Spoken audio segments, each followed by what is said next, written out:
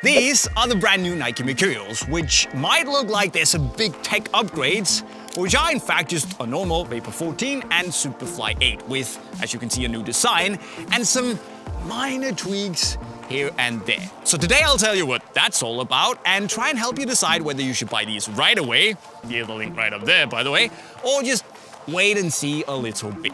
Just make sure you subscribe to the channel. Now let's do this. Now the new Vapor 14 and Superfly 8 blueprint, as the boots are called, might look like that a lot has changed, but in fact it's just a new visual direction, just like we saw in the different generations on the Vapor 13 and the Superfly 7 from a couple of years ago. In other words, tech-wise, it is 99.8% the same. I'll get back to the changes later. So in other words, it's only the graphics that have really changed. Now these graphics have been inspired, as the name suggests, by blueprints, just like we saw in the first generation of the Mercurial Dream Speed. And you know, haters will say that, yeah, it might be a little bit too early to start rehashing design ideas, but I guess it looks pretty cool, so who really cares? Now what we also get is a smaller side swoosh this time, which I really like because on the first 3 generations of the Mercurial Vapor, that's kind of what we got. And to me, a side swoosh on a Vapor just feels a bit more right. But one of the things that have changed, tech-wise at least, is that Nike have replaced the so-called speed wings on the previous version of the Vapor 14 and Superfly 8 with these little here plastic circles on the heel. And I'm okay with that because honestly the speed wings didn't really do anything for the boot other than make it look a little bit faster. And I like them, but I guess circles are okay as well. And I think it's fair to say that the new design is a little bit busier than it was before, which I really like for its simplicity, so maybe this will split opinion a little bit. I mean, you can let me know in the comment section what you think about it, but what I will say is that this new band running across the forefoot and these half circles, which are apparently, by the way, inspired, it seems, by the natural curves of the foot, or something, it gave me hardcore Mercurial R9 vibes, whether that's intentional or not, from the designer.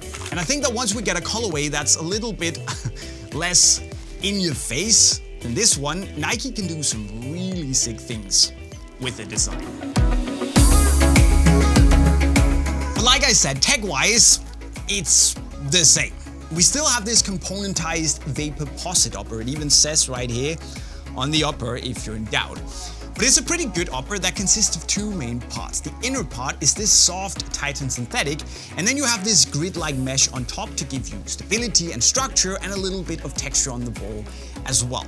And it even allows wide-footed people to join the Mercurial party. Now one thing I did notice was that the upper feels a little bit softer in the toe box, especially on the outside, which can probably be explained by the fact that Nike have moved this solid Nike swoosh on the outside to the middle part of the boot instead, where you don't need the softness as much. And yeah, it's a minor detail, but I can actually feel the difference when I wore both of the boots on a foot each.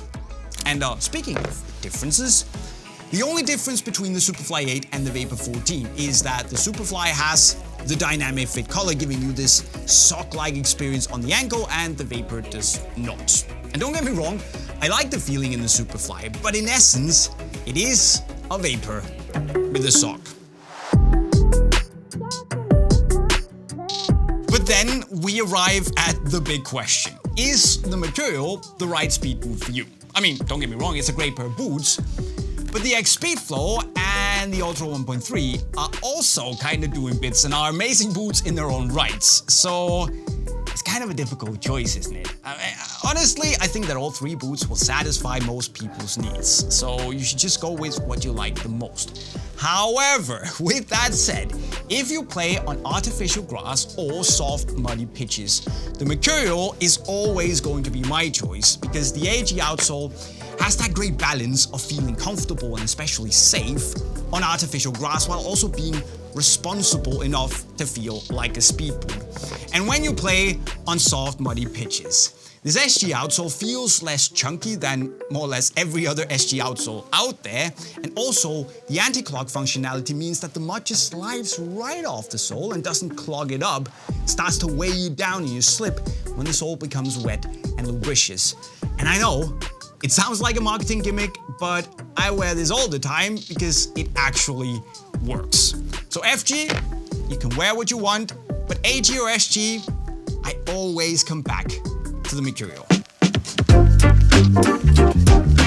So yeah, actually that is quite a lot of noise to make for what is essentially just a new colorway and graphic design. But on the other hand, I guess it's nice to keep things fresh with a facelift and keep it interesting, since the product is definitely still good enough.